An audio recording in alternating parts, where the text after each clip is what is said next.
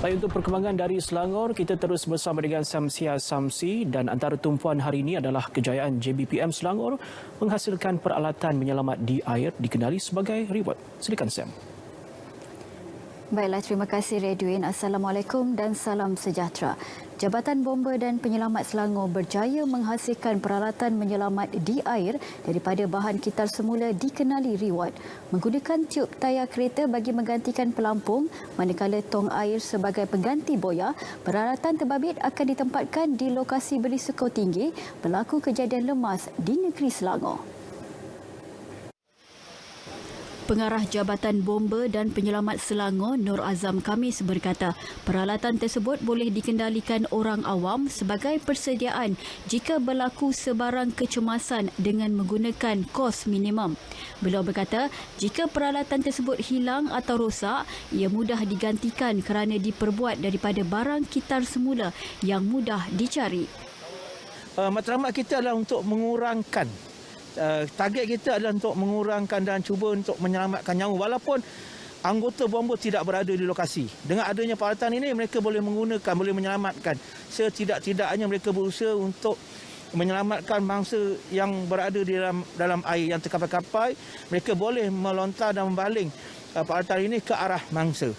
Dan kita sering juga menerima panggilan selain daripada kelemasan di air, kita juga menerima juga berkaitan dengan contohnya kepala air.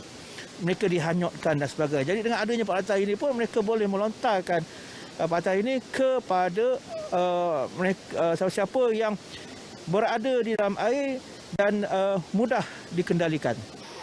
Nur Azam berkata peralatan berkenaan akan ditempatkan di Sungai Kancing di Rawang, Empangan Semenyih, Empangan Taman Putra Perdana di Puchong dan Jabatan Stesen KTM di Sungai Buloh.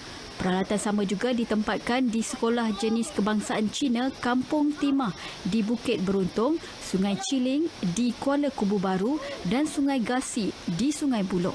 Mengikut rekod bomba, dari tahun 2016 hingga 2020, kes kematian lemas di kawasan berisiko termasuk pantai, pembentung, tali air, tasik dan air terjun mencecah 175 kematian di Selangor. Secara keseluruhannya, sebanyak 63 kematian akibat lemas dicatatkan di kawasan yang dikenal pasti sebagai berisiko.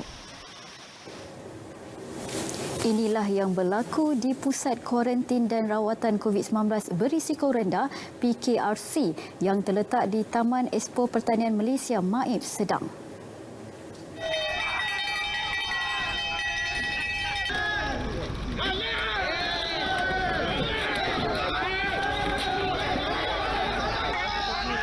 Rusuhan terbabit melibatkan sekumpulan warga asing yang positif COVID-19 yang tidak berpuas hati selepas diarah menjalani kuarantin di pusat berkenaan. Walau bagaimanapun, rusuhan terbabit hanyalah satu simulasi oleh tim Light Strike Force LSF dan Unit Pencegah Rusuhan Awam dari Pasukan Gerakan Am PGA PDRM sebagai latihan jika berdepan situasi rusuhan sebenar. Ketua Polis Daerah Sepang ACP Wan Kamarul Azan Wan Yusof berkata latihan adalah susulan beberapa insiden dalam kalangan pesakit COVID-19 warga asing yang menyebabkan kekecohan seperti kes kecurian di dalam pusat PKRC berkenaan.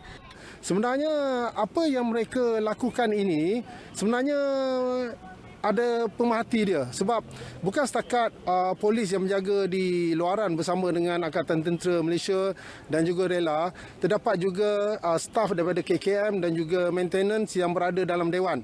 Mereka ni akan membantu kita memaklumkan kepada pihak polis jika terdapat apa-apa kejadian jenayah ataupun perkara-perkara yang dikira salah laku. Beliau yang ditemui di PKRC Maib Sedang berkata, latihan juga bagi menunjukkan pasukan keselamatan sentiasa bersedia menghadapi sebarang kemungkinan di PKRC terbabit.